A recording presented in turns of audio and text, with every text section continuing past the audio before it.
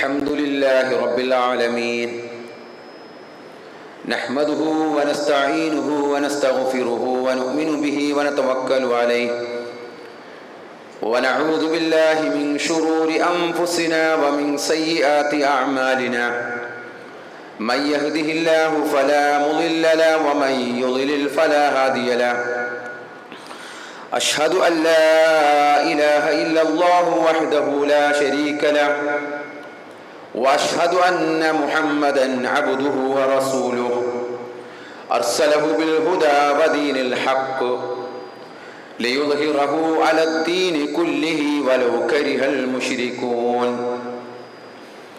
اللهم صل على محمد وعلى آل محمد كما صليت على إبراهيم وعلى آل إبراهيم إنك حميد مجيد اللهم بارك على محمد وعلى آل محمد كما باركت على إبراهيم وعلى آل إبراهيم إنك حميد مجيد أما بعد فإن خير الحديث كتاب الله وخير الهدي هدي محمد صلى الله عليه وسلم وشر الأمور محدثاتها وكل محدثة بدعة وكل بدعة ضلالة وكل ضلالة في النار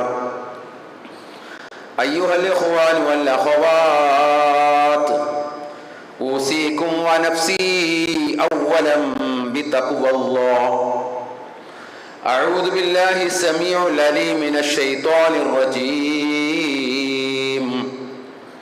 يا أيها الذين آمنوا اتقوا الله حق تقاته ولا تموتن إلا وأنتم مسلمون يا أيها الذين آمنوا اتقوا الله وقولوا قولا سديدا يصلح لكم أعمالكم ويغفر لكم ذنوبكم ومن يطع الله ورسوله فقد فاز فوزا عظيما بسم الله الرحمن الرحيم فإذا فرغت فانصب وإلى ربك فارغب. പ്രിയമുള്ള സഹോദരന്മാരെ, സഹോദരികളെ, സത്യവിശ്വാസിനികളെ, വിശ്വാസികളെ, പ്രപഞ്ച സൃഷ്ടാവായ റബ്ബുൽ ആലമീനായ അള്ളാഹുവിൻ്റെ വിധിവിലക്കുകൾ ജീവിതത്തിൽ പാലിച്ചുകൊണ്ട് തഖ്വയുള്ളവരായി ജീവിക്കണമേ എന്ന് എന്നെയും നിങ്ങളെയും ഓർമ്മപ്പെടുത്തുകയാണ്, ഉപദേശിക്കുകയാണ്, തഖ്വ കൊണ്ട് വസിയത്ത് ചെയ്യുകയാണ്. അല്ലാഹു സുബ്ഹാനഹു വ തആല നമ്മെ എല്ലാവരെയും അവനിഷ്ടപ്പെടുന്ന അവൻ്റെ യഥാർത്ഥ സാലിഹ്യങ്ങളുടെ കൂട്ടത്തിൽ, സജ്ജനങ്ങളുടെ കൂട്ടത്തിൽ നമ്മെ എല്ലാവരെയും ഉൾപ്പെടുത്തി അനുഗ്രഹിക്കുമാറാവട്ടെ. പരിശുദ്ധമായ റമദാൻ മാസം വിട പറഞ്ഞതിന് ശേഷമുള്ള ആദ്യത്തെ ജുമായിലാണ് നമ്മളൊക്കെ സംബന്ധിച്ചിട്ടുള്ളത്. റമദാനിൻ്റെ വിട പറയൽ നമ്മെ സംബന്ധിച്ചിടത്തോളം വളരെ വലിയ നഷ്ടം തന്നെയാണ്. കാരണം റമദാൻ എന്ന് പറയുന്നത് സത്യവിശ്വാസികൾക്ക് ഒരു ആവേശവും ഉണർവുമാണ്. കുഞ്ഞു കുട്ടികൾ മുതൽ ചെറുപ്പക്കാർ, പ്രായം ചെന്ന മുതിർന്ന ആളുകൾ എല്ലാവരും തന്നെ വളരെ ഉത്സാഹത്തോടും ആവേശത്തോടും കൂടി സമീപിക്കുന്ന ഒരു മാസമുണ്ട് എങ്കിൽ അത് റമദാൻ മാസം മാത്രം. അതുകൊണ്ട് തന്നെയാണ് റമദാൻ വരുന്നതും പോകുന്നതും വിശ്വാസികൾക്ക് ഒരു വല്ലാത്ത വേദന, ഹൃദയ വേദനയോടുകൂടി ആണ് റമദാനിനെ നമുക്ക് യാത്രയയക്കാൻ സാധിക്കുക. റമദാൻ വരുമ്പോൾ സ്വാഭാവികമായിട്ട് തന്നെ നമ്മളെല്ലാവരും ഉണരുകയാണ്. ആരും പറയേണ്ടതില്ല. എല്ലാവരും തന്നെ സ്വയം മുന്നോട്ട് വരുന്ന കാഴ്ചയാണ് റമദാനിൽ കാണുവാൻ സാധിക്കും. വീടായാലും അത് പള്ളികളൊക്കെ ആയാലും അവിടെ വളരെ സജീവമാണ്. ഓരോ വഖത്തും സജീവമാണ്. അവിടെ തന്നെ പള്ളികൾ ആരാധനയിലധിഷ്ഠിതമായ ഒരു വലിയ ഒരു ഒഴുക്ക് തന്നെ നമുക്ക് റമദാനിൽ കാണുവാൻ സാധിക്കുന്നത്. ഖുർആൻ പാരായണവും അതുപോലെ തന്നെ രാത്രി നമസ്കാരവും ഇസ്തിഗ്ഫാറും എല്ലാം കൊണ്ടും ഇഫ്താറും പഠന ക്ലാസ്സുകളും എല്ലാം കൊണ്ടും വളരെ സജീവമാണ്. അതുപോലെ തന്നെ നോമ്പ് തുറക്കുന്ന സമയം പറഞ്ഞറിയിക്കേണ്ടതില്ല, നമ്മളൊക്കെ അനുഭവിച്ചവരാണ്. നോമ്പ് തുറക്കുന്ന വൈകുന്നേരങ്ങളിലെ ആ സമയം, പ്രത്യേകിച്ചും മഗ്രിബ് ബാങ്ക് വിളിക്കുന്ന ആ സമയം എത്ര സന്തോഷത്തോടു കൂടിയാണ് നാം എല്ലാവരും നോമ്പ് തുറക്കുന്നത്. അള്ളാഹുവിന്റെ പ്രവാചകൻ സല്ലല്ലാഹു അലൈഹി വസല്ലമ പറഞ്ഞതായിട്ട് അബൂ ഹുറൈറ റളിയല്ലാഹു അൻഹു റിപ്പോർട്ട് ചെയ്യുന്ന, ഇമാം തിർമിദി റിപ്പോർട്ട് ചെയ്യുന്ന ഹദീസിൽ കാണാം, ലിസ്വായിമി ഫർഹത്താൻ, നോമ്പുകാരന് രണ്ട് സന്തോഷമുണ്ട്. ഫർഹത്തുൻ ഹീന യുഫ്തിർ, അതിൽ ഒന്നാമത്തെ സന്തോഷം ഫർഹത്തുൻ ഹീന യുഫ്തിർ, അതായത് അവൻ നോമ്പ് തുറക്കുന്ന ആ സമയം എത്ര മാത്രം സന്തോഷമാണ് നമുക്ക് ആ നോമ്പ് തുറക്കുന്ന ആ വെള്ളവും ഈ ഈത്തപ്പഴവും ഒക്കെ കഴിക്കുമ്പോഴുള്ള സന്തോഷം. അത് എപ്പോഴും കിട്ടുന്ന കാര്യമല്ല, അത് ആ റമദാനിൽ കിട്ടുന്ന മാത്രം, റമദാനിൻ്റെ മാത്രം പ്രത്യേകതയിൽപ്പെട്ടതാണ്. അതുകൊണ്ടാണ് നബി സല്ലല്ലാഹു അലൈഹി വസല്ലമ അങ്ങനെ പറഞ്ഞത്, നോമ്പുകാരന് രണ്ട് സന്തോഷമുണ്ട്. അതിലൊന്നാമത്തെ സന്തോഷം നോമ്പ് തുറക്കുമ്പോഴുള്ള സന്തോഷം. മറ്റൊന്ന് ഫർഹത്തുൻ വഫർഹത്തുൻ ഹീന യുൽഖാ റബ്ബഹു, മറ്റൊന്ന് റബ്ബിനെ കണ്ടുമുട്ടുന്ന ആ സമയം. അതും ഒരു വല്ലാത്ത സന്തോഷമാണ്. അത് മതിയെന്നാണ് പറയുന്നത്. ഇനി വല്ലതും വേണോ എന്ന് സ്വർഗവാസികളോട് അള്ളാഹു ചോദിക്കുമ്പോൾ സ്വർഗവാസികൾ പറയുന്നത് ഇനിയൊന്നും വേണ്ട, നിന്നെ കണ്ടാൽ മതി എന്നുള്ള ആ ഒരു വലിയ സന്തോഷം. എല്ലാ അനുഗ്രഹങ്ങളും കൊടുക്കാൻ റബ്ബ് തയ്യാറാണ്, എന്തു ചോദിച്ചാലും നൽകാൻ തയ്യാറാണ്. പക്ഷെ അവിടെയും വിശ്വാസികൾ പറയുന്നത് നിന്നെ കണ്ടാൽ മതി എന്നുള്ള ആ ഒരു സന്തോഷം. അതാണ് നോമ്പുകാർക്ക് ലഭിക്കുന്ന ഏറ്റവും പ്രധാനപ്പെട്ടത്. അപ്പൊ ഇങ്ങനെയുള്ള റമദാനിനെ കുറിച്ച് പറഞ്ഞാൽ ഒട്ടനവധി കാര്യങ്ങൾ നമുക്ക് പറയാനുണ്ടാവും. നമുക്കൊരു സമാധാനമുള്ളത് അത് പോയാൽ അങ്ങ് പോകലല്ല, നമുക്ക് കുറച്ച് വെയിറ്റ് ചെയ്താൽ വീണ്ടും വരുന്നതാണ്. കാലചക്രം തിരിയുമ്പോൾ വീണ്ടും അതാ റമദാൻ നമ്മിലേക്ക് വന്നണയും. ആ ഒരു സമാധാനമാണ് വിശ്വാസികൾക്ക് ഉള്ള ഒരു സമാധാനം എന്ന് പറയുന്നത്. അതിങ്ങനെ കടന്ന് കാലചക്രം തിരിഞ്ഞ് വരുമ്പോൾ വീണ്ടും അതാ 9-ാം മാസം അങ്ങനെ പോയി. മുഹറം, സഫർ, റബിയുൽ അവൽ, റബിയുൽ ആഖിർ, ജമാദുൽ ഊല, ജമാദുൽ ഉഖ്റ, പിന്നെ റജബ്, ശഅബാൻ, റമദാൻ ഇതാ വരികയാണ്. അപ്പൊ നമുക്കൊക്കെ ആ ഒരു റമദാനിലേക്ക് ഒരു ബന്ധം നമുക്ക് എപ്പോഴും നമ്മുടെ മനസ്സിലുണ്ടാവണം. ആ റമദാനിനെ എത്തിക്കണേ റബ്ബേ എന്നുള്ള ഒരു പ്രാർത്ഥന നമ്മുടെ എല്ലാവരുടെ മനസ്സിലുണ്ടാവണം. അല്ലാഹുവേ, ആ ഒരു റമദാനിലേക്ക് വീണ്ടും ഞങ്ങളെ എത്തിക്കണേ, അതിലേക്ക് ഞങ്ങളുടെ ആയുസ്സും ആരോഗ്യവും എല്ലാം നീ ഞങ്ങൾക്ക് നീട്ടിത്തരണേ എന്നുള്ള ഒരു പ്രാർത്ഥന സഹോദരങ്ങളെ നമുക്ക് ഉണ്ടാവണം. അല്ലാഹു സുബ്ഹാനഹു വ തആല നമ്മെ എല്ലാവരെയും അടുത്ത റമദാനിലേക്ക് റബ്ബ് എത്തിക്കുകയും അതിൽ റബ്ബ് തൃപ്തിപ്പെടുന്ന വിധത്തിലുള്ള കർമ്മങ്ങൾ ചെയ്യാനുള്ള ഒരു തൗഫീഖ് അല്ലാഹു നമുക്ക് എല്ലാവർക്കും പ്രദാനം ചെയ്യുകയും ചെയ്യുമാറാവട്ടെ. സഹോദരങ്ങളെ, റമദാനിന് ശേഷം ഇനി എന്നത് വളരെ പ്രസക്തമായ ചോദ്യമാണ്. ഇനി എന്താണ് റമദാനിന് ശേഷം നമ്മുടെയൊക്കെ ജീവിതം? റമദാൻ നമുക്ക് ഒരു വഴികാട്ടിയായിട്ട്, റമദാൻ നമ്മുടെ മുമ്പിൽ ഒരു മാതൃകയായിട്ട് എങ്ങനെയാണ് റബ്ബിൻ്റെ പൊരുത്തവും ഇഷ്ടവും നേടി ജീവിക്കാൻ സാധിക്കുക എന്നത് റമദാൻ നമുക്ക് പഠിപ്പിച്ചു തന്നു, കാണിച്ചു തന്നു. ഇനി എങ്ങനെയായിരിക്കണം നമ്മൾ പോവേണ്ടത്, നമ്മൾ മുന്നോട്ട് പോവേണ്ടത്, ജീവിക്കേണ്ടത് എന്നുള്ള ഒരു ആലോചനയും ചിന്തയുമാണ് റമദാനിന് ശേഷം നമുക്കെല്ലാവർക്കും ഉണ്ടാവേണ്ടത്. അതിൽ ഒന്നാമത്തെ കാര്യം, 1-2-3 കാര്യങ്ങൾ നമുക്ക് മനസ്സിലാക്കേണ്ടതുണ്ട്, പഠിക്കേണ്ടതുണ്ട്, അറിയേണ്ടതുണ്ട്. അതിലൊന്നാമത്തെ കാര്യം തഖ്വ തന്നെയാണ്. തഖ്വ എന്ന് പറയുന്നത് നമ്മളെപ്പോഴും പറയുന്നത് പോലെ അത് ഏതെങ്കിലും ഒരു പ്രത്യേക സമയത്തോ പ്രത്യേക മാസത്തിലോ പ്രത്യേക ദിനങ്ങളിലോ അല്ലെങ്കിൽ പ്രത്യേക ഏതെങ്കിലും ഒരു സമയത്തോ ഒന്നും ഉണ്ടാവേണ്ടതല്ല. മറിച്ച് വിശ്വാസികളെ സംബന്ധിച്ചിടത്തോളം അല്ലാഹു സുബ്ഹാനഹു വ തആല പറഞ്ഞിട്ടുള്ളത് എപ്പോഴും അവൻ തഖ്വയിൽ അധിഷ്ഠിതമായ ഒരു ജീവിതം നയിക്കണമെന്ന്.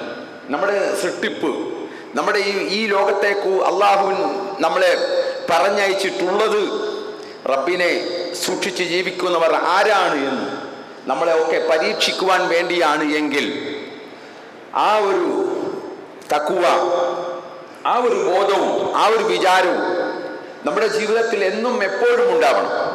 ഏത് സമയത്തും ഉണ്ട്, ഒറ്റപ്പെട്ടാലും ഉണ്ടാവണം, ആൾക്കൂട്ടത്തിലായാലും ഉണ്ടാവണം. ഇനി ഞാൻ ഒറ്റയ്ക്കാണോ, ആരുമില്ലേ എങ്കിൽ അവിടെയും തഖ്വ എന്നെ നയിക്കണം, മുന്നോട്ട് നയിക്കണം.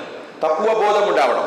റബ്ബ് കാണുന്നുണ്ട്, റബ്ബ് അറിയുന്നുണ്ട്, റബ്ബിനെ ഒളിപ്പിക്കാൻ എനിക്ക് സാധ്യമല്ല എന്ന ഒരു ചിന്ത എല്ലാവരിലും ഉണ്ടാവണം, അശക്തമാവണം, രൂഢമൂലമാവണം. അതാണ് തഖ്വ എന്ന് പറയുന്നത്. ആ തഖ്വ എപ്പോഴും നിലനിർത്തണം. ഇന്നമാ യതഖബ്ബലുല്ലാഹു മിനൽ മുത്തഖീൻ, അല്ലാഹു തഖ്വയുള്ളവരിൽ നിന്ന് മാത്രമേ അല്ലാഹു സ്വീകരിക്കുകയുള്ളൂ എന്നാണ്. എപ്പോഴും നമ്മൾ തഖ്വയുള്ളവരായി തഖ്വ ബോധത്തോടു കൂടി വേണം നമ്മൾ ജീവിക്കാൻ. നമ്മളൊക്കെ എപ്പോഴും കേൾക്കുന്ന ജുമുഅയിൽ ഖുത്ബയുടെ ആമുഖത്തിൽ നമ്മൾ ഓതി വെക്കുന്ന ഒന്നാമത്തെ സൂക്തം, വിശുദ്ധ ഖുർആനിലെ ആയത്ത്, യാ അയ്യുഹല്ലദീന ആമനു തഖുല്ലാഹ ഹഖ്ക തുഖാതിഹി വലാ തമൂതുന്ന ഇല്ലാ വഅൻതും മുസ്ലിമൂൻ. സത്യവിശ്വാസികളെ, യാ അയ്യുഹല്ലദീന ആമനു, സത്യവിശ്വാസികളെ, ഇത്തഖുല്ലാഹ, നിങ്ങൾ അല്ലാഹുവിനെ സൂക്ഷിക്കണേ. ഹഖ്ക തുഖാതിഹി, എങ്ങനെയാണോ റബ്ബ് അവനെ സൂക്ഷിക്കാൻ നമ്മളോട് പഠിപ്പിച്ചിട്ടുള്ളത്, എങ്ങനെയാണോ നമ്മളോട് പറഞ്ഞിട്ടുള്ളത്, ആ ഒരു വിധത്തിൽ.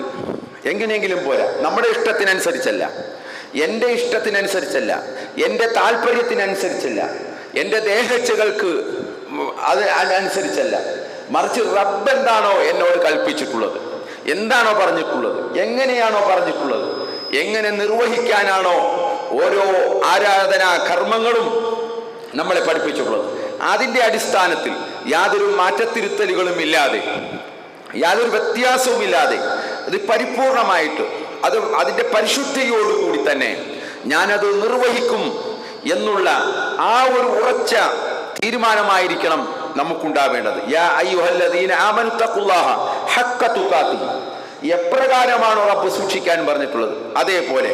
എന്നിട്ട് പറഞ്ഞു വലാ തമൂതുന്ന ഇല്ലാ വഅൻതും മുസ്ലിമൂൻ, നീ മുസ്ലിമായിട്ടല്ലാതെ മരിക്കരുത്. റമദാൻ കഴിഞ്ഞ് അങ്ങോട്ട് പോകുമ്പോൾ ചിലപ്പോഴൊക്കെ നമ്മളിൽ ചിലരെങ്കിലും തെറ്റിപ്പോകുന്നതായിട്ട് കാണാം. ഈ കൂട്ടത്തിൽ നിന്ന് തെന്നിമാറി അകന്നു മാറിപ്പോകുന്നതായിട്ട് കാണാം. ഒരിക്കലും പാടുള്ളതല്ല. ആ ഒരു ഏതൊരു കാര്യമാണോ, ഏതൊരു കാര്യത്തിൽ നിന്നെല്ലാം വിട്ടുമാറിക്കൊണ്ടാണോ ആ ഒരു മാസം നമ്മൾ ജീവിച്ചത്, ആ ഒരു മാസം എങ്ങനെയാണോ ജീവിച്ചത്, അതേ പരിശുദ്ധിയോടുകൂടി വേണം നമ്മളുടെ വരുംകാല ജീവിതം, ശിഷ്ടകാല ജീവിതമൊക്കെ നമുക്ക് നയിക്കാനുള്ളത്. അല്ലാഹു സുബ്ഹാനഹു വ തആല വിശുദ്ധ ഖുർആനിൽ ഒരു സ്ത്രീയെ സംബന്ധിച്ച് നമുക്ക് പറഞ്ഞു തരികയാണ്, പഠിപ്പിച്ചു തരികയാണ്. വലാ തകൂനു കല്ലത്തി വസലത്ത് മിൻ ബഅദി ഖുവ്വത്തിൻ വലാ തകൂനു കല്ലത്തി നഖദത് വസ്ലഹ മിൻ ബഅദി ഖുവ്വത്തിൻ അൻകാസ. സൂറത്തുൻ നഹ്ലിലെ 92-ാമത്തെ വചനമാണ്. ആ വചനത്തിലൂടെ അള്ളാഹു നമ്മെ ഒരു സ്ത്രീയെ പറഞ്ഞു തരികയാണ്. മക്കയിലെ റൈത്ത എന്ന് പറയുന്ന ഒരു പെണ്ണുണ്ടായിരുന്നു. ആ പെണ്ണിന്റെ സ്വഭാവം, അവർ ശക്തമായിട്ട് നൂല് നോക്കും, നൂല് ഇങ്ങനെ നോറ്റ് അങ്ങനെ നൂല് നോക്കും, ശക്തമായിട്ട് പിരിയുണ്ടാക്കും, കയറുണ്ടാക്കും. എന്നിട്ട് കുറച്ച് കഴിയുമ്പോൾ അവർ ആ പിരി പല ഇഴകളായിട്ട് അഴിച്ച് കളയുന്ന ഒരു സ്ത്രീ, അങ്ങനെയുള്ള ഒരു സ്വഭാവക്കാരിയായിരുന്നു ആ സ്ത്രീ എന്ന് വിശുദ്ധ ഖുർആൻ നമ്മെ പരിചയപ്പെടുത്തി തരും. ഇതുപോലെ ആകരുത് എന്നാണ്. നമ്മൾ ശക്തമായി നമ്മൾ നോമ്പ് നോറ്റു, എല്ലാ വിധത്തിലുള്ള തഖ്വയുടെ അടിസ്ഥാന അകമ്പടിയോടുകൂടി തഖ്വയിൽ അധിഷ്ഠിതമായിക്കൊണ്ട് നമ്മൾ നോമ്പ് നോറ്റു, നമ്മൾ അതേപോലെയുള്ള കർമ്മങ്ങളൊക്കെ നമ്മൾ ചെയ്തു. എന്നാൽ ഒരൊറ്റ ദിവസം കൊണ്ട് അത് തകർത്ത് കളയുന്ന എത്രയോ ദൗർഭാഗ്യവാന്മാർ, എത്രയോ ആളുകൾ ഇനി പിന്നീടാവട്ടെ, അടുത്ത റമദാനിലാവട്ടെ ഇനി ചെയ്യാം എന്ന് തീരുമാനിച്ചുകൊണ്ട് സ്വയം പിന്മാറിപ്പോകുന്ന എത്രയെത്ര ആളുകളുണ്ട്. ഒരിക്കലും അങ്ങനെയുള്ള ആളുകളായിട്ട് നമ്മൾ മാറരുത്. നമ്മൾക്ക് മലയാളത്തിൽ ഒരാളുടെ ഒരു കവിതയെ കുറിച്ചൊക്കെ നമ്മൾ പറയുന്നുണ്ട്. നാറാണത്ത് ഭ്രാന്തൻ. അയാൾ പാറ വലിയ ഉരുട്ടി വലിയ പ്രയാസപ്പെട്ട് മലയുടെ ഉച്ചിയിലെത്തിച്ചിട്ട് പിന്നീട് അത് താഴേക്കിടും, ഉരുട്ടിയിടും, എന്നിട്ട് ഒരു ചിരിക്കുമെന്നാൽ ഒരു ഭ്രാന്തന്റെ കഥയാണ്. അപ്പൊ ഇതുപോലെ നമ്മൾ ആകരുത് എന്നാണ് അല്ലാഹു സുബ്ഹാനഹു വ തആല നമ്മെ പഠിപ്പിക്കുന്നത്. ഏതൊരു കാര്യത്തിനാണോ നോമ്പ് നോക്കാൻ നമ്മളോട് പഠിപ്പിച്ചത്, ഏതൊരു കാര്യത്തിനാണോ നമ്മൾ വിശന്ന് കുറെ നേരം ഇരിക്കണമെന്ന് പഠിപ്പിച്ചത്, ആ ഒരു ലക്ഷ്യം നമുക്ക് നേടിയിട്ടുണ്ടോ എന്ന് നമ്മൾ ഓരോരുത്തരും, ഞാനും നിങ്ങളും പരിശോധിക്കപ്പെടേണ്ടതുണ്ട്. അതുകൊണ്ട് ഒരിക്കലും നമ്മൾ തഖ്വ നശിപ്പിച്ചു കളയരുത്, നഷ്ടപ്പെടുത്തി കളയരുത്. അല്ലാഹു സുബ്ഹാനഹു വ തആല ഒരു വസ്ത്രത്തെ കുറിച്ച് നമുക്ക് പഠിപ്പിച്ചു തരികയാണ്. യാ ബനി ആദം ഖദ് അൻസൽനാ അലൈക്കും ലിബാസൻ യുവാരി സൗആതികും വരീശാ വലിബാസു തഖ്വാ ദാലിക ഖൈറു ദാലിക മിൻ ആയാതില്ലാഹി ലഅല്ലഹും യذكرون. യാ ബനി ആദം, ആദം മക്കളെ, ആദം സന്തതികളെ, ഖദ് അൻസൽനാ അലൈക്കും ലിബാസ, ഞാൻ ഇതാ നിങ്ങൾക്ക് വസ്ത്രം ഇറക്കി തന്നിരിക്കുന്നു. ഒരു വസ്ത്രം ഉണ്ടാക്കാനുള്ള എല്ലാ അതിന്റെ മെറ്റീരിയൽസും അല്ലാഹു സുബ്ഹാനഹു വ തആല നമുക്ക് ഇറക്കി തന്നിരിക്കുന്നു. നമ്മളൊക്കെ വസ്ത്രം പണിയുന്ന വ്യത്യസ്തമായ വർണ്ണത്തിലുള്ള, നിറത്തിലുള്ള, കളറുകളിലുള്ള വിവിധങ്ങളായ വസ്ത്രങ്ങൾ അല്ലാഹു സുബ്ഹാനഹു വ തആലയുടെ മഹത്തായ ഒരു ദൃഷ്ടാന്തമായിട്ട് അല്ലാഹു നമുക്ക് അവനെ കുറിച്ച് പഠിപ്പിക്കുകയാണ്. അല്ലാഹുവിന്റെ മഹത്തായ ദൃഷ്ടാന്തങ്ങളിൽ പെട്ടതാണത് എന്ന് അല്ലാഹു നമുക്ക് പഠിപ്പിച്ചു തരികയാണ്. അത് അൻസൽനാ അലൈക്കും ലിബാസ വലിബാസു തഖ്വ ദാലിക ഖൈർ. എന്നിട്ട് ആ വസ്ത്രം എന്തിനു വേണ്ടിയാണ്? നിങ്ങളുടെ നഗ്നത മറക്കാൻ വേണ്ടി. മനുഷ്യന്റെ ഒരു പ്രത്യേകതയാണ് നഗ്നത മറച്ച് ഉള്ള ജീവിതം. എല്ലാ ജീവികളും ജനിക്കുന്നത് അവയുടെ വസ്ത്രത്തോടു കൂടിയാണ് എങ്കിൽ മനുഷ്യൻ വസ്ത്രമില്ലാതെയാണ് ജനിക്കുന്നത്. ഇപ്പൊ ആടാവട്ടെ, കോഴിയാവട്ടെ, മറ്റു ജീവികളൊക്കെ ആകട്ടെ, അവർക്ക് തൂവലും അവരുടെ രോമവും എല്ലാം നഗ്നത മറക്കുന്ന രീതിയിൽ, അവരുടെ വാലും ഒക്കെ നഗ്നത മറച്ചുകൊണ്ടാണ് ആ വാലും എല്ലാം സംവിധാനം പടച്ചവൻ സൃഷ്ടിച്ചിരിക്കുന്നത്. എന്നാൽ മനുഷ്യൻ അങ്ങനെയല്ലേ. മനുഷ്യന് അള്ളാഹുവിന്റെ പ്രത്യേകമായ അനുഗ്രഹം കൊണ്ട് മാത്രം അല്ലാഹു സുബ്ഹാനഹു വ തആല അവന് വസ്ത്രം ഇറക്കി കൊടുത്തു. യുവാരി സൗആതികും, നിങ്ങളുടെ നഗ്നത മറക്കുവാനും. രീഷൻ അതായത് അലങ്കാരത്തിനും മേൽ. വസ്ത്രം ഒരു അലങ്കാരമാണ്. ഒരു വസ്ത്രം ഒരു കോട്ടയുടെ രൂപത്തിൽ അതണിയുമ്പോൾ അത് ഡോക്ടർക്ക് ഒരു അലങ്കാരമാണ്. അങ്ങനെ ഒരു വക്കീലാണ് ഒരു കറുത്ത വസ്ത്രം പ്രത്യേകം മേൽക്കോട്ടായി അണിയുന്നതെങ്കിൽ അത് വക്കീലിന് ഒരു അലങ്കാരമാണ്. അങ്ങനെ പല വിധത്തിൽ, പല രൂപത്തിൽ ഒക്കെ വസ്ത്രം അലങ്കാരമാണ് എന്ന് അല്ലാഹു സുബ്ഹാനഹു വ തആല നമുക്ക് പറഞ്ഞു തരികയാണ്. എന്നിട്ട് അല്ലാഹു പറഞ്ഞു ഒരു വസ്ത്രത്തിന്റെ കാര്യം, വലിബാസു തഖ്വ ദാലിക ഖൈർ. ഏറ്റവും നല്ല വസ്ത്രം, ഏറ്റവും നല്ല വസ്ത്രം എന്ന് പറയുന്നത് ലിബാസു തഖ്വ, തഖ്വയുടെ വസ്ത്രമാണ്. ദാലിക ഖൈർ, അതാണ് ഉത്തമം എന്ന് പറയുന്നത്. അത് കടയിൽ ചെന്ന് ചോദിച്ചാൽ കിട്ടുന്ന കാര്യമല്ല. നമ്മളൊക്കെ ഒരു തഖ്വയുടെ വസ്ത്രം തരാൻ പറഞ്ഞാൽ അവര് എന്താണ് സംഭവം എന്ന് അവർക്ക് പിടികിട്ടുകയില്ല. മറിച്ച് ആ വസ്ത്രം അത് ഉണ്ടാക്കേണ്ടതും അത് അണിയേണ്ടതും അതിന് നൂല് കോർക്കേണ്ടതും എല്ലാം നമ്മൾ ഓരോരുത്തരുമാണ്. ആ വസ്ത്രം ധരിക്കേണ്ടതും നമ്മളാണ്. അപ്പോൾ അതുകൊണ്ട് ആ ഒരു വസ്ത്രത്തോടു കൂടി ആയിരിക്കണം നമ്മൾ മുന്നോട്ടുള്ള ജീവിതം നയിക്കേണ്ടത്. അത് ബുള്ളറ്റ് പ്രൂഫിനേക്കാളും അങ്ങനെയും ഉണ്ടല്ലോ, വെടിയേൽക്കാത്ത വസ്ത്രവും വരെ ധരിക്കുന്നുണ്ട്. നമ്മുടെ ഈ കാലഘട്ടത്തിൽ വെടിയേൽക്കുകയില്ല. എന്നാൽ അതിനേക്കാൾ ശക്തമാണ് പിശാചിൽ നിന്നുള്ള ഏതൊരു ആക്രമണത്തെയും തടയാനുള്ള ശക്തമായ വസ്ത്രമാണ് തഖ്വയുടെ വസ്ത്രം എന്ന് അല്ലാഹു സുബ്ഹാനഹു വ തആല നമുക്ക് പഠിപ്പിച്ചു തരികയാണ്. അത് അവന്റെ ദൃഷ്ടാന്തത്തിൽപ്പെട്ട ലഅല്ലഹും യذكرون, നിങ്ങൾ ആലോചിക്കാൻ വേണ്ടിയാണ് എന്നാണ് ഇതെല്ലാം നിങ്ങൾക്ക് പറഞ്ഞു തരുന്നത്. അതുകൊണ്ട് സഹോദരങ്ങളെ, ഏതു സാഹചര്യത്തിൽ ഏതവസ്ഥയിലും തഖ്വ അത് നിലനിർത്തി മുന്നോട്ട് പോകാൻ എപ്പോഴും പല തരത്തിലും പല മേഖലയിലുമൊക്കെ നമുക്ക് ബന്ധപ്പെടേണ്ടി വരും. ജോലി ആവശ്യാർത്ഥം, കച്ചവട ആവശ്യാർത്ഥം പലരുമായിട്ടുമൊക്കെ നമുക്ക് ബന്ധപ്പെടേണ്ടി വരും. പല ഇടപാടുകളുമൊക്കെ നമുക്ക് നടത്തേണ്ടി വരും. ആ ഒരു സമയത്തും സന്ദർഭത്തിലുമെല്ലാം ഇതാ പടച്ചവൻ തന്നെ നിരീക്ഷിക്കുന്നുണ്ട്.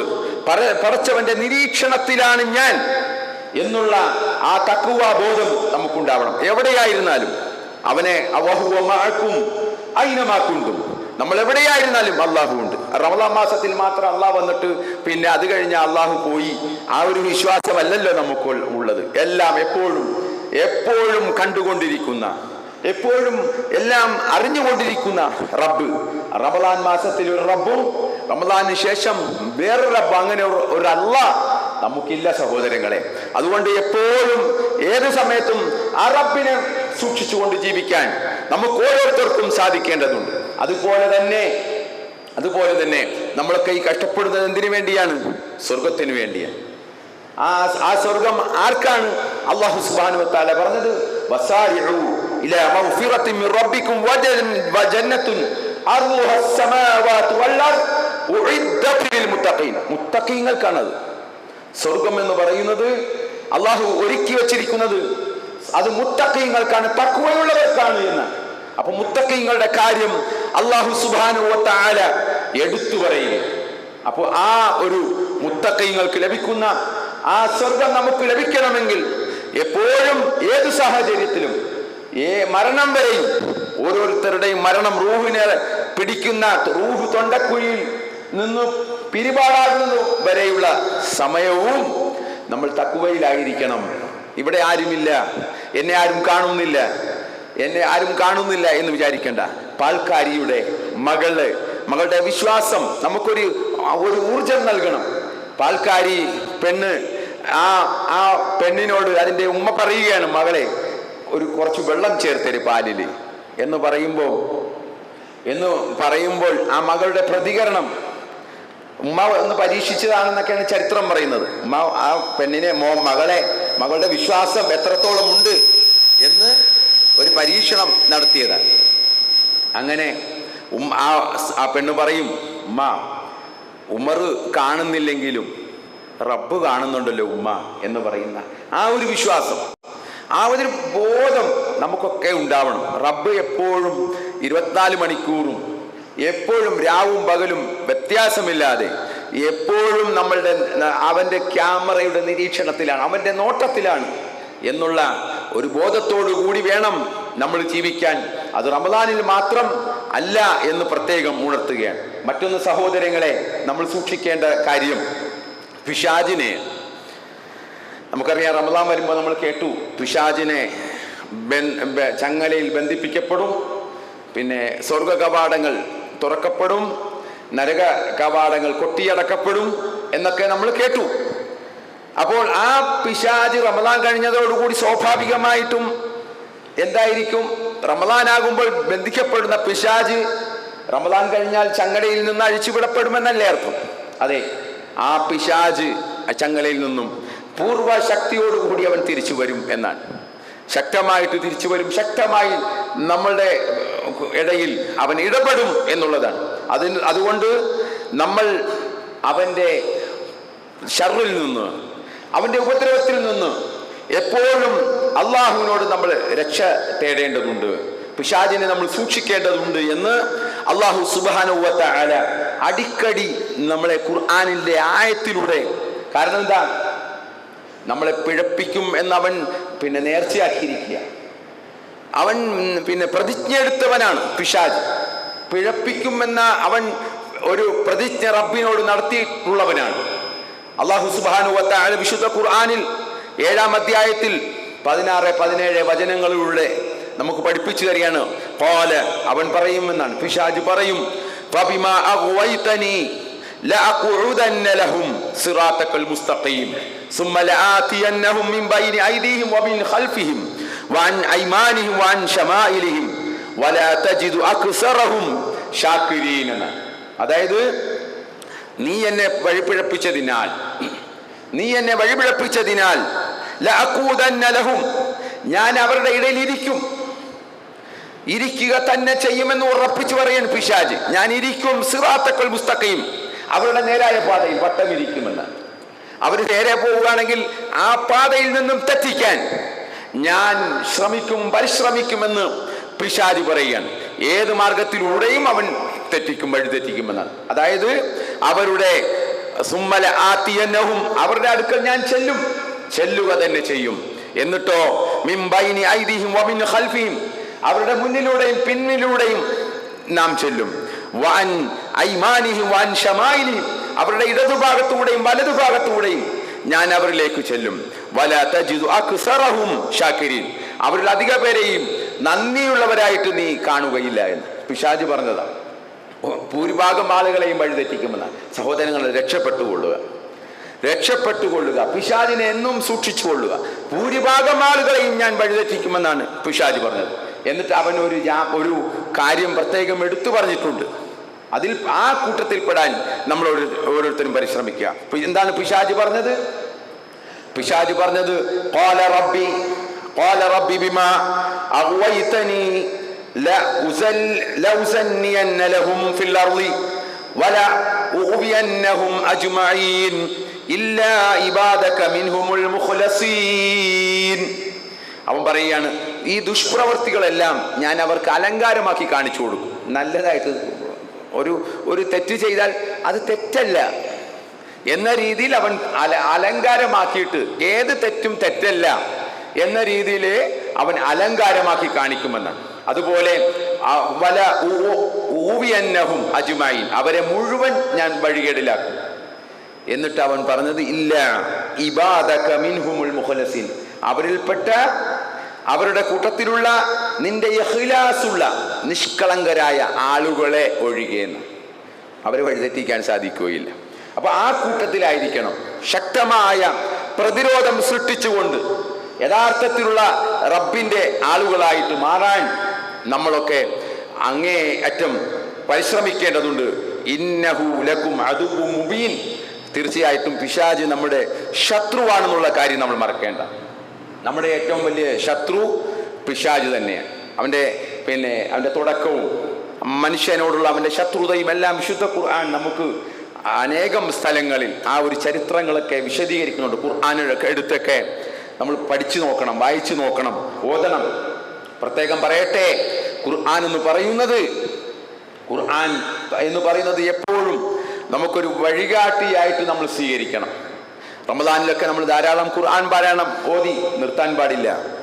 അത് തുടരണം. ഒരായത്തെങ്കിലും നമ്മൾ ദിവസവും ഓതാൻ നമുക്ക് സാധിക്കേണ്ടതുണ്ട്. ഖുർആനുമായിട്ടുള്ള ഒരു അഭേദ്യമായ ബന്ധം നമുക്കുണ്ടാവണം. ആ ഖുർആന എന്താണ്? നാളെ റബ്ബിന്റെ കോടതിയിൽ നമുക്ക് വേണ്ടി സാക്ഷി പറയുമെന്നാണ്, നമുക്ക് വേണ്ടി അനുകൂലമായി വാദിക്കുമെന്നാണ് ഖുർആൻ. റബ്ബേ, അവന് എന്നെ പാരായണം ചെയ്തവനാണ്, അതുകൊണ്ട് അവന്റെ കാര്യത്തിൽ പടച്ചവനെ ഒരു അനുകൂലമായ നിലപാടുണ്ടാകണേ എന്ന രീതിയിലുള്ള ഒരു ശുപാർശ ഖുർആനിന്റെ ഭാഗത്ത് നിന്ന് ഉണ്ടാകുമെന്നാണ്. അതുകൊണ്ട് ഖുർആന്റെ അഹ്ലുകാരായിട്ട് നമ്മൾ ജീവിക്കണം. റമദാനിൽ മാത്രം ഒരു ഖുർആൻ ഓതലും ഒരു തഖ്വയും റമദാനിൽ മാത്രം നമ്മിൽ നിന്നും ഉണ്ടായാൽ പോലും ഈ ഖുർആൻ ഇവിടെ നിന്ന് പൊടി പിടിച്ച് പോകേണ്ടതല്ല. പല പള്ളികളിലും റമദാൻ അങ്ങോട്ട് കഴിഞ്ഞാൽ പിന്നെ ഒരു കൊല്ലത്തേക്ക് ഖുർആൻ വിശ്രമത്തിലാണ്, ഓതാറില്ല. വളരെ ചുരുങ്ങിയ ആളുകൾ മാത്രം. നിങ്ങളൊക്കെ പള്ളിയിൽ നേരത്തെ വരികയും ഖുർആൻ ഇരുന്ന് ഓതുകയും ഒക്കെ ചെയ്യണം. നേരത്തെ വരണം. യാ അയ്യുഹല്ലദീന ആമനൂ ഇദാ നൂദിയ ലിസ്സലാത്തി മിൻ യൗമിൽ ജുമുഅത്തി ഫസ്ഔ ഇലാ ദിക്രില്ലാഹ് എന്നാണ്.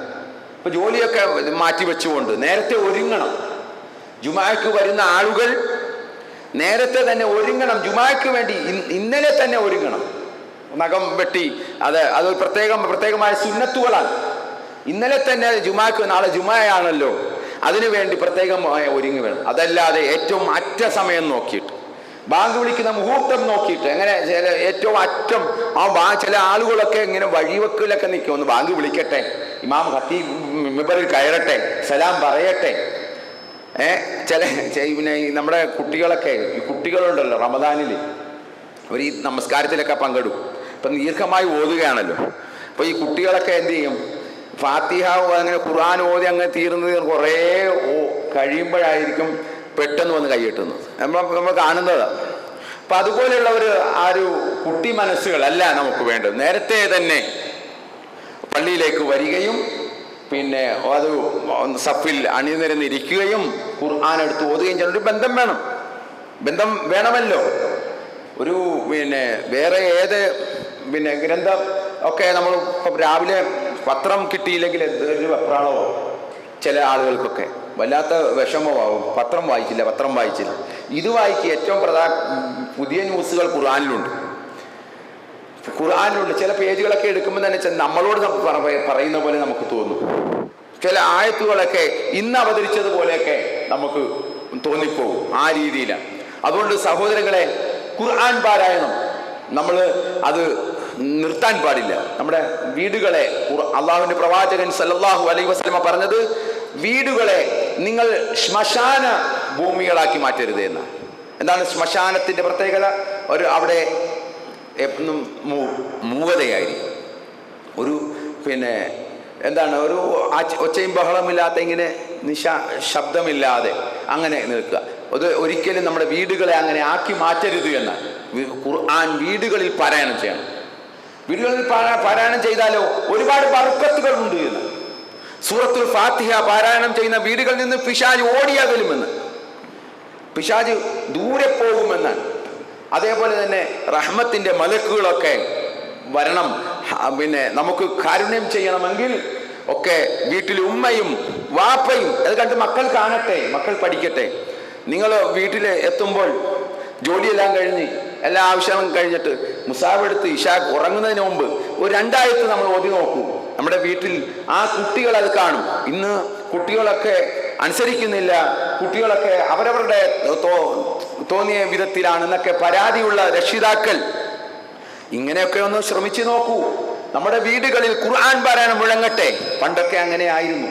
അതിൻ്റെ സമാധാനമൊക്കെ പൂർവികർ അനുഭവിച്ചിരുന്നു.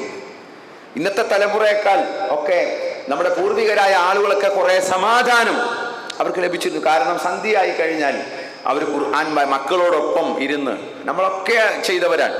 നമ്മുടെയൊക്കെ പ്രായത്തിലുള്ളവരൊക്കെ ആ ഒരു കാലഘട്ടത്തിലൊക്കെ ദിക്ർ സന്ധ്യയായി കഴിഞ്ഞാൽ ദിക്റല്ലേ മകനെ എന്ന് പറയും. മോനെ നിസ്കരിക്ക്, ദിക്ർ ചെല്ല് എന്നൊക്കെ പറയും. ഇന്ന് അങ്ങനെ ഉണ്ടോ? ഇന്ന് സന്ധ്യയായി കഴിഞ്ഞാൽ മോനെ ട്യൂഷന് പോകുന്നില്ലേ എന്ന ചോദ്യമാണ്.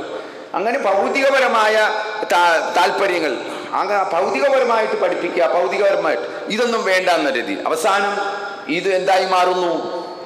ഈ കുഞ്ഞ് നമ്മുടെ ശത്രുവായിട്ട് മാറും. ദുനിയാവിലെ പിന്നെ ഏറ്റവും വലിയ ശത്രു പിശാചല്ല, സ്വന്തം മകനാണ് എന്ന രീതിയിലേക്കൊക്കെ മാറുന്ന ഒരവസ്ഥയാണ് നമ്മുടെ നാട്ടിൽ നിലനിൽക്കുന്നത്. അതുകൊണ്ട് ഇവിടെ ഇരിക്കുന്ന എല്ലാ രക്ഷകർത്താക്കളോടും പറയുകയാണ്, ഖുർആൻ റമദാനിൽ മാത്രമല്ല ഓതേണ്ടത്. ഇനിയുള്ള കാലങ്ങളിൽ നമുക്ക് കുറെ കൂടി നോമ്പില്ലാതെ തന്നെ ഓതാൻ സാധിക്കുമല്ലോ, ആരോഗ്യത്തോടു കൂടി. ഇപ്പൊ നോമ്പ് പിടിച്ച് ക്ഷീണം വരും, 2 ആയത്ത് ഓതുമ്പോഴത്തേക്ക് ഉറക്കം വരും. എന്നാൽ നോമ്പില്ലാത്ത സമയങ്ങളിലോ നമുക്ക് എന്താണ് ഒരു ഒന്നും കൂടി ഉഷാറാണ്. അപ്പൊ അതൊക്കെ മനസ്സിലാക്കിക്കൊണ്ട് ഖുർആൻ മാറ്റിവെക്കാതെ, ഷോക്കേസിൽ വെക്കാതെ, ചില ആളുകളൊക്കെ ഈ വീട്ടിൽ മരിക്കാൻ നേരം എടുത്ത് യാസീൻ പാരായണം ചെയ്യും. എന്താണ് അവരുടെ വിശ്വാസം എന്ന് പറഞ്ഞാൽ ഇത് മരിക്കുന്ന സ്ഥലത്ത് ഓതേണ്ട ഒരു ഗ്രന്ഥമാണ് എന്ന്. അങ്ങനെയാണോ? അതേ യാസീനിൽ തന്നെ പറയുന്നത് ജീവിച്ചിരിക്കുന്നവർക്ക് ഗുണമുണ്ടാകാൻ വേണ്ടിയാണെന്ന്. താക്കീത് ഹയ്യെന്ന് പറഞ്ഞാൽ ജീവിച്ചിരിക്കുന്നവർ. മരിച്ചവർക്ക് അതുകൊണ്ട് ഇനി വല്ല പ്രയോജനമുണ്ടോ? ഈ ഖുർആൻ ഓതി കേട്ടാൽ അവർക്ക് ഇനി നന്നാകാൻ അവസരമുണ്ടോ? ശരി, എന്നാൽ ഞാൻ നന്നായിക്കൊള്ളാം, യാസീൻ കേട്ടു കൊള്ളാം, ഇത് പടച്ചവൻ ഇത് സൃഷ്ടിച്ചതാണ്. വശംസു തജ്രി ലിമുസ്തഖരിൻ ലഹാ ദാലിക തഖ്ദീറുൽ അസീസുൽ അലീം വൽഖമറ ഖദ്ദർനാഹു മനാസില ഹത്താ ആദ കൽ ഉർജൂനിൽ ഖദീം ലശംസി യൻബഗി ലഹാ അൻ തുദ്രികൽ ഖമറ വലല്ലൈലു സാബിഖുൻ നഹാർ വകുല്ലും ഫീ ഫലകിൻ യസ്ബഹൂൻ. ഇതെല്ലാം കണ്ടിട്ട് സൂര്യന്റെ സഞ്ചാരവും ചന്ദ്രന്റെ സഞ്ചാരവും എല്ലാം പറഞ്ഞിട്ട് എല്ലാം ഓരോ ദിശയിലേക്ക് സഞ്ചരിക്കുന്നു എന്നൊക്കെ പറഞ്ഞിട്ട് ഇനി നന്നാകാൻ അവസരമുണ്ടോ? മരണപ്പെട്ടവർക്ക് ഇല്ല, നമുക്ക് വേണ്ടിയാണ്, ജീവിച്ചിരിക്കുന്നവർക്ക് വേണ്ടിയാണ് ഖുർആൻ. അതുകൊണ്ട് ഖുർആൻ റമളാനിൽ ഖുർആൻ അവതരണത്തിന്റെ മാസമായതുകൊണ്ട് നമ്മൾ കൂടുതൽ ഓതും. പക്ഷെ അത് അവസാനിപ്പിക്കാനുള്ളതല്ല. എന്നും എപ്പോഴും ഖുർആൻ വേണം. നമ്മുടെ ഖബറിലേക്ക് എടുത്തു വെക്കുമ്പോൾ, നാളെ ചോദ്യം ചെയ്യുമ്പോൾ എങ്ങനെയാണ് നിന്റെ ഇമാമാരാണെന്ന് ചോദിക്കുന്നവർ പറയുന്നുണ്ടല്ലോ, ഒരു തൽഖീൻ എന്നും പറഞ്ഞിട്ട് നമ്മുടെ നാട്ടിൽ ചൊല്ലിക്കൊടുക്കുന്ന സമ്പ്രദായം. അവിടെ പോലും പറയുന്നത് നിന്റെ ഇമാമാരാണെന്ന് ചോദിച്ചാൽ നീ പറയണം ഖുൽ അൽ ഖുർആനു ഇമാമി, എൻ്റെ ഇമാം ഷാഫിയല്ല, എൻ്റെ ഇമാം ഹനഫിയല്ല, എൻ്റെ ഇമാം മറ്റാരുമല്ല, എൻ്റെ ഇമാം ഖുർആനാണ് എന്ന് നീ പറയണമെന്നാണ് മൂടിപ്പലക വെച്ചിട്ട് പറഞ്ഞു കൊടുക്കുന്നത്. അപ്പൊ പറയാൻ പറ്റുമോ? സാധിക്കുമോ? അയാൾക്ക് ആ മനുഷ്യന് സാധിക്കുമോ? ജീവിച്ചിരുന്നപ്പോൾ പറയണമായിരുന്നു നിന്റെ ഇമാം ഖുർആനാണ് എന്ന്. അത് പറയാതെ എല്ലാം കഴിഞ്ഞ് എല്ലാം അവസാനിച്ച് കുഴിയിൽ കൊണ്ടുപോയി 6 അടി മണ്ണിൽ ഇറക്കി വെച്ചു, പലകം മുകളിൽ മൂടിപ്പലകയും വെച്ച് അതിന്റെ മുകളിൽ മണ്ണുമിട്ട്, എന്നിട്ട് ചൊല്ലിക്കൊടുക്കുകയാണ്, പറഞ്ഞു കൊടുക്കുകയാണ്, നീ ഖബറിൽ നിനക്ക് ഇന്ന ചോദ്യങ്ങൾ ഉണ്ടാവും, റബ്ബാരാണ്, നിന്റെ ദീൻ ഏതാണെന്നൊക്കെ ചോദിക്കും. അപ്പോൾ നീ പറയണം നിന്റെ ഇമാം ആരാണെന്ന് ചോദിക്കുമ്പോ നീ പറയണം ഖുർആനാണ്. സഹോദരങ്ങൾ, എത്ര സങ്കടകരമാണ്. അതുകൊണ്ട് വസിയത്ത് ചെയ്യാനുള്ളത് എനിക്ക് എന്നോടും നിങ്ങളോടും ഖുർആൻ ഓതണം. ഇവിടെ പള്ളിയിൽ മാത്രമല്ല, വീട്ടിലും ഓതട്ടെ. വീട്ടിലും ഖുർആൻ എടുത്തു വെച്ച് നിങ്ങൾ ഓതി നോക്കൂ, ഒരു അടയാളമൊക്കെ വെച്ച് അതിന് തുടർന്ന് വരട്ടെ. അത് നമ്മളുടെ ഗ്രന്ഥമല്ലേ, അത് നമ്മൾക്ക് വഴികാട്ടിയാണെന്ന് മനസ്സിലാക്കുക. അല്ലാഹു സുബ്ഹാനഹു വ തആല നമ്മെ എല്ലാവരെയും അനുഗ്രഹിക്കുമാറാവട്ടെ.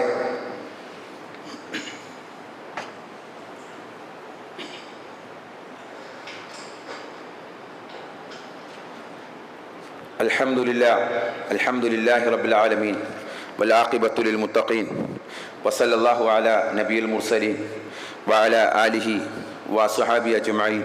അമ്മാ ബഅദ്, ഇത്തഖുല്ലാഹ ഇബാദുല്ലാഹ്. പ്രിയമുള്ള സഹോദരങ്ങളെ, ഒരിക്കൽ കൂടി അള്ളാഹുവിനെ സൂക്ഷിച്ച് ജീവിക്കണമേ എന്ന് എന്നെയും നിങ്ങളെയും ഉപദേശിക്കുകയാണ്. അള്ളാഹു നമ്മെ എല്ലാവരെയും അനുഗ്രഹിക്കുമാറാവട്ടെ.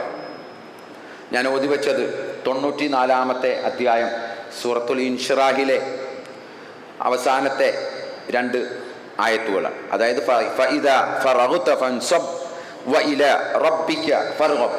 അതായത് നീ ഒഴിവ് കിട്ടിയാൽ അധ്വാനിക്കുക, നിന്റെ രക്ഷിതാവിലേക്ക് തന്നെ നിന്റെ ആഗ്രഹം നീ പ്രകടിപ്പിക്കുകയും ചെയ്യുക എന്നാണ് അതിൻ്റെ അർത്ഥം. ഇപ്പോൾ ഒഴിവ് കിട്ടിയാൽ അധ്വാനിക്കുക. ഇപ്പോൾ റമദാനൊക്കെ കഴിഞ്ഞല്ലോ, ഇപ്പം നമ്മളെന്തായി, ആ ഒരു തിരക്കും ബഹളവും ഒക്കെ തീർന്നു.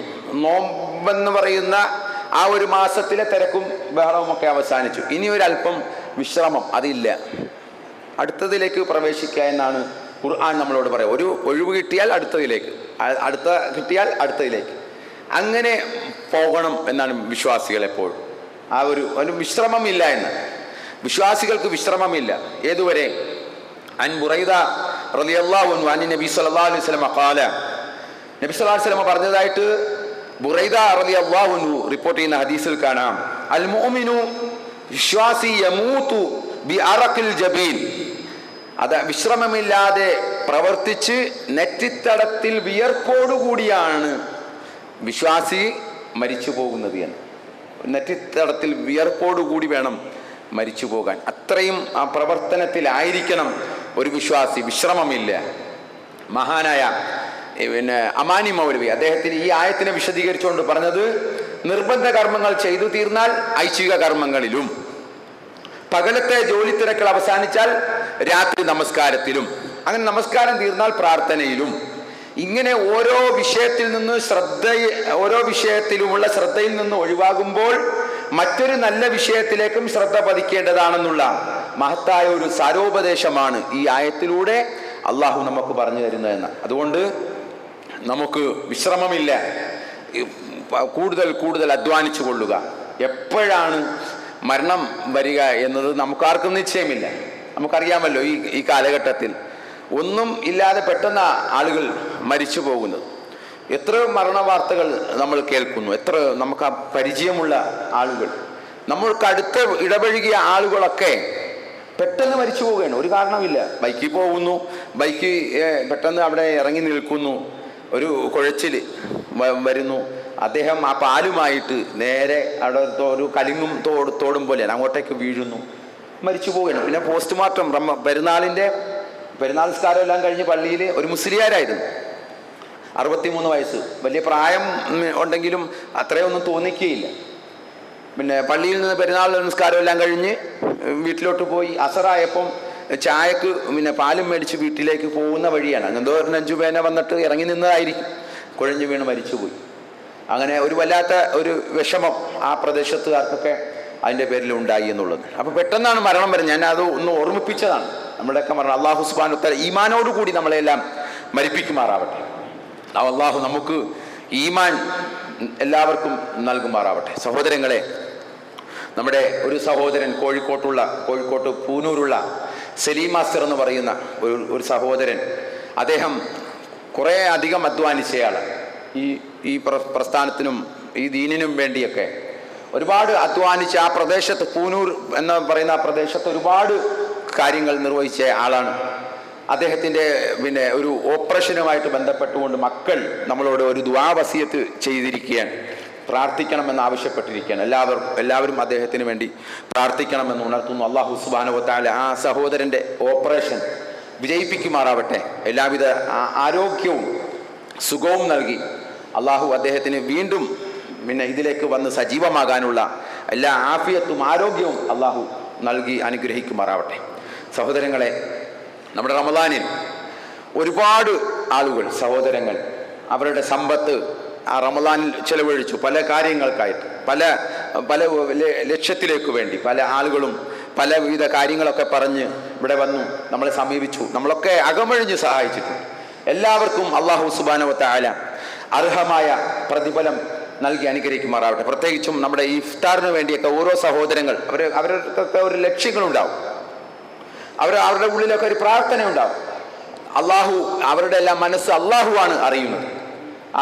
അവരുടെയൊക്കെ ആ മനസ്സിൻ്റെ തേട്ടം എന്താണോ അതെല്ലാം ഹൈറായ തേട്ടം അള്ളാഹു സുബ്ഹാനഹു വ തആല അതെല്ലാം സാധിച്ചു കൊടുക്കുമാറാവട്ടെ. നമ്മുടെ ഈ പള്ളിക്ക് വേണ്ടി ചെയ്യുന്ന സാമ്പത്തികമായിട്ടും ശാരീരികമായിട്ടും ഒക്കെ അധ്വാനിച്ച ഒരുപാട് സഹോദരന്മാരുണ്ട്. എല്ലാവർക്കും അള്ളാഹു അർഹമായ പ്രതിഫലം നൽകുമാറാവട്ടെ. നമ്മളൊക്കെ പരീക്ഷണ കാലഘട്ടത്തിലാണ്. പല വിധത്തിലുള്ള ഭരണകർത്താക്കളും നമ്മുടെ രാജ്യത്ത് നിന്നും ഒക്കെ വിവിധങ്ങളായ പരീക്ഷണത്തിലാണ് നമ്മളൊക്കെ ഉള്ളത്, ഇന്ത്യൻ മുസ്ലിമീങ്ങളുള്ളത്. അപ്പോൾ ഈ വഖഫ് ബില്ലും ഒക്കെ ആയിട്ട് ബന്ധപ്പെട്ടുകൊണ്ട് ഉള്ള ഒരു ബില്ലൊക്കെ പാസ്സാക്കി എടുക്കുന്ന ഒരു സമയത്താണ് നമ്മൾ ന്യൂനപക്ഷങ്ങളുടെ അവകാശങ്ങളെ അവകാശത്തിലേക്ക് കൈകടത്തുന്ന ഒരു അവസ്ഥയാണ് ഇന്ന് നിലനിൽക്കുന്നത്. നമ്മുടെ വഖഫ് സ്വത്തുക്കൾ അള്ളാഹുവിൻ്റെ മാർഗത്തിൽ ആളുകൾ പുണ്യം ആഗ്രഹിച്ചുകൊണ്ട് ചെയ്തതാണ് വഖഫ് സ്വത്തുക്കൾ എന്ന് പറയുന്നത്. അതൊക്കെ ഓരോ നിയമങ്ങൾ കൊണ്ടുവന്ന് നമ്മിൽ നിന്നും തട്ടിയെടുക്കാനുള്ള ബോധപൂർവമായ ശ്രമങ്ങളാണ് രാജ്യത്ത് നടന്നുകൊണ്ടിരിക്കുന്നത്. അപ്പം അതിൽ നമുക്കൊക്കെ പ്രതിഷേധങ്ങളുണ്ട്. ആ പ്രതിഷേധങ്ങൾ നമ്മൾ പ്രതിഷേധം നടത്തുന്നതോടൊപ്പം അവിടെ കൊണ്ട് തീരുകയില്ല. നമുക്ക് കോടതികളുണ്ട്, അതിൻ്റെ മുകളിൽ നമുക്ക് റബ്ബുണ്ട്. ആ റബ്ബിനോട് നമ്മൾ എല്ലാം സമർപ്പിക്കാൻ അല്ലാഹു സുബ്ഹാനഹു വ തആല ഇത്തരം പരീക്ഷണങ്ങളിൽ നിന്നെല്ലാം നമ്മളെ കാത്തുരക്ഷിക്കുമാറാവട്ടെ. പ്രത്യേകിച്ച് നമ്മളൊക്കെ നമ്മുടെ വിശ്വാസം ആ റബ്ബിൽ സമർപ്പിക്കാൻ നമ്മൾ തയ്യാറാവണം. പല പേരുകൾ ഉള്ള ആളുകളായിട്ട് മാറാതെ, മുസ്ലിം പേരുകളിൽ മാത്രം ജീവിക്കാതെ, എന്താണോ മുസ്ലിമിന്റെ ഐഡന്റിറ്റി, എന്താണോ അള്ളാഹ് പറഞ്ഞത്, ആ ഒരു വിശ്വാസവും കർമ്മവുമായിരിക്കണം നമ്മൾ അത് എടുത്തു പറയുകയാണ്. കാരണം നമ്മുടെ അങ്ങോട്ടൊക്കെ പോയി കഴിഞ്ഞാൽ ഇസ്ലാം വെറുക്കുന്ന, അള്ളാഹു പഠിപ്പിക്കാത്ത വിശ്വാസ ആചാരങ്ങൾ വെച്ചു പുലർത്തി ജീവിക്കുന്ന മുസ്ലിം നാമധാരികളായ ആളുകൾ എങ്ങനെയാണ് പടച്ചവന്റെ സഹായം കിട്ടുക? അതുകൊണ്ട് സഹോദരങ്ങളെ, ഈ തൗഹീദിൽ അധിഷ്ഠിതമായ അള്ളാഹുവിനെ മാത്രം വിളിച്ചു പ്രാർത്ഥിക്കുന്ന മുവഹിദീങ്ങൾ ആയി മാറാൻ നമുക്ക് ഇന്ത്യൻ മുസ്ലിമീങ്ങൾ മാറണം.